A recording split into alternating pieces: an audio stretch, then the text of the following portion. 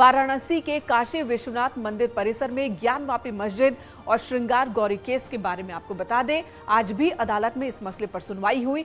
हिंदू पक्ष ने अपना पक्ष रखा, अपनी दलील रखी और कल भी हिंदू पक्ष की ओर से ही दलील रखी जाएगी। आज की सुनवाई में एक दिन पहले हिंदू पक्ष ने ट्रस्ट का गठन किया है जो कोर्ट के मामलों की देखरेख करेगा। आज केस की मेरिट पर सुनवाई हुई है। मुस्लिम पक्ष ने दलीलें रखी। मुस्लिम पक्ष की दलीलें पूरी होने के बाद हिंदू पक्ष ने अपने दावे पेश किए।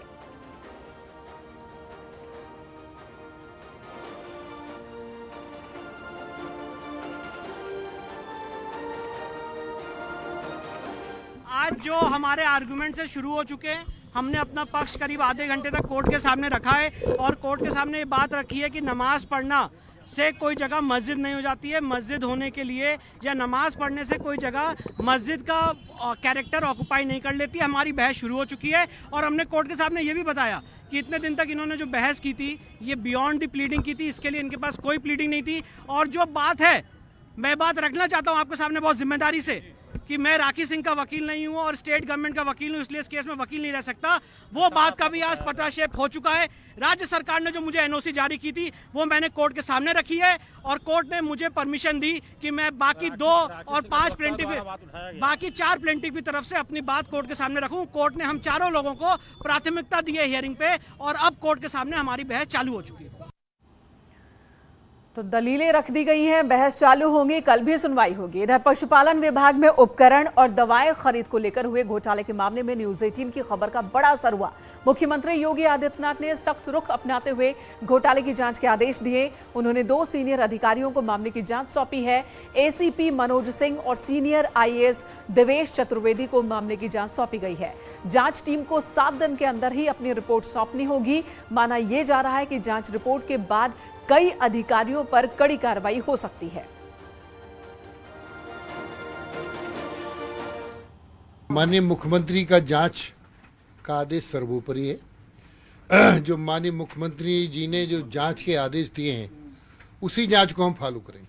उसी जांच को फॉलो करेंगे। तो इसमें फिर आपके विभाग के अधिकारी और अकाउंट ऑफिसर यही होगा, वो उसी से सम्मिलित होगी। क्या कुछ बड़ी कार्रवाई मान ले हम, किसके बाद होगी जांच? निश्चित रूप से, क्योंकि योगी सरकार 0 टॉलरेंस पर है और इसमें बड़ी कार्रवाई होगी।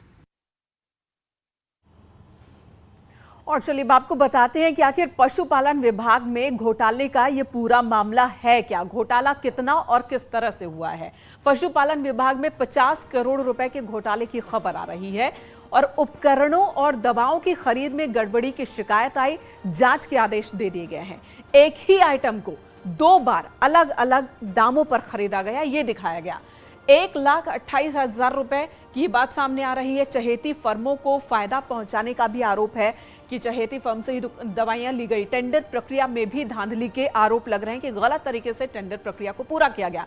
जानबूझकर 5 लाख की सीमा में मांग पत्र सौंपे गए हैं। साल 2021 से 2022 तक का ये मामला है। पशुपालन विभाग में घोटाले की शिकायत आई और अब जांच के आदेश दे दिए गए हैं। रिपोर्ट तलब किया है खुद सीएम योगी आदित्यनाथ ने। तो पशुपालन विभाग में घोटाला क्या है ये हमने आपको बता दिया। सीएम ने जांच के आदेश दे दिए हैं और 1 हफ्ते का ही वक्त दिया गया है रिपोर्ट सौंपने के लिए।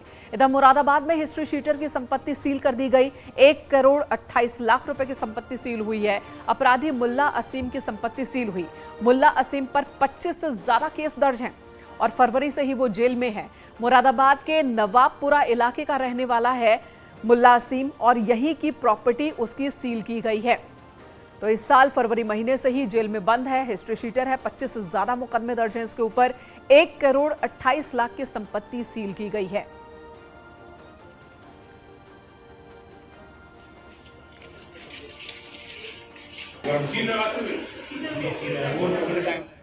इधर सीएम योगी आदित्यनाथ ने आज गोरखपुर को विकास की सौगात दी। सीएम ने यहां 464 करोड़ रुपए की विकास परियोजनाओं का शिलान्यास और लोकार्पण किया। सीएम योगी 2 दिवसीय दौरे पर गोरखपुर पहुंचे। सबसे पहले 298 करोड़ 81 लाख 72 हजार रुपए की लागत से 181 विकास परियोजनाओं का लोकार्पण किया और उसके बाद 164 करोड़ 77 लाख 95 हजार रुपए की 27 परियोजनाओं का शिलान्यास किया। इन परियोजनाओं में सड़क, बाढ़ बचाव और बांधों के मरम्मतीकरण की परियोजनाएं शामिल हैं। सीएम योगी केंद्र और प्रदेश सरकार की जन कल्याणकारी योजनाओं के लाभार्थियों को प्रमाण पत्र भी दिया उन्होंने।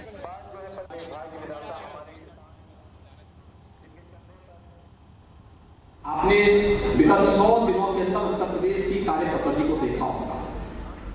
उत्तर प्रदेश आज एक नए उत्तर प्रदेश के रूप में दिखाई दे रहा है। याद करिए 2017 के पहले ही उत्तर प्रदेश था जहां यहाँ पे रोज एक नया दंगा होता था, बड़े बड़े दंगे होते थे, महीनों महीनों कर्फ्यू लगा रहता था। विगत 5 वर्ष के अंदर कहीं आपने दंगा देखा? आज दंगा नहीं है। और दंगे की बात तो दूर, अब तो सड़कों पर कोई भी धार्मिक कार्यक्रम नहीं होंगे। सरकार का एक संकल्प है और सरकार के संकल्प के साथ जनता जनार्दन की सहभागिता और उनका आशीर्वाद है, तो ये कार्यक्रम आपने देखा होगा। गोरखपुर में मौजूद हैं सीएम योगी आदित्यनाथ। 2 दिन का दौरा है सीएम योगी आदित्यनाथ का गोरखपुर का, और इस बीच कई अलग अलग कार्यक्रमों में मुख्यमंत्री शामिल हो रहे हैं। आज जहां उन्होंने 464 करोड़ रुपए की विकास परियोजनाओं की सौगात गोरखपुर को दी, तो उसके बाद बूथ स्तर के बीजेपी कार्यकर्ताओं नेताओं से संवाद भी किया। और अब एक और कार्यक्रम में मौजूद हैं सीएम योगी आदित्यनाथ। गोरखपुर की ही ये सीधी तस्वीरें इस वक्त आप देख रहे हैं, जहां पर मुख्य अतिथि के रूप में मुख्यमंत्री इस वक्त आपको मंच पर नजर आ रहे हैं। तो आज अलग अलग विकास परियोजनाओं की सौगात मुख्यमंत्री की ओर से गोरखपुर को दी जा रही है। 2 दिन का दौरा है मुख्यमंत्री का, और इस बीच कई संदेश और कई बड़ी बातें गोरखपुर में रहते हुए सीएम योगी आदित्यनाथ ने कही।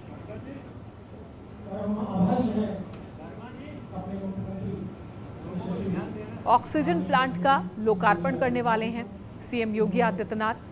गोरखनाथ चिकित्सालय में एसबीआई की ओर से लगवाया जा रहा है ये प्लांट, ऑक्सीजन प्लांट। 7 एम्बुलेंस को भी सीएम योगी आदित्यनाथ हरी झंडी दिखाएंगे। तो 7 एम्बुलेंस, एक ऑक्सीजन प्लांट, जिसकी शुरुआत आज गोरखनाथ चिकित्सालय में होगी। सीएम योगी आदित्यनाथ ही इसकी शुरुआत करेंगे, उद्घाटन करेंगे। SBI state bank of India की ओर से ये ऑक्सीजन प्लांट यहां पर लगवाया गया है। 7 एम्बुलेंस भी हॉस्पिटल को मिलने वाली है, और इन एम्बुलेंस को हरी झंडी दिखाएंगे सीएम। मंच पर मौजूद हैं इस वक्त सीएम योगी आदित्यनाथ। गोरखपुर को एक के बाद एक सौगात। आज का दिन बेहद खास गोरखपुर के लोगों के लिए, खासकर गोरखनाथ चिकित्सालय, जिसमें न सिर्फ गोरखपुर बल्कि आसपास के जिलों से भी मरीज आते हैं बड़ी संख्या में। यहाँ तक कि नेपाल से भी बड़ी संख्या में मरीज यहाँ पर आते हैं इलाज करवाने के लिए। तो गोरखनाथ चिकित्सालय को एक ऑक्सीजन प्लांट और 7 एम्बुलेंस की सुविधा आज से जुड़ जाएगी।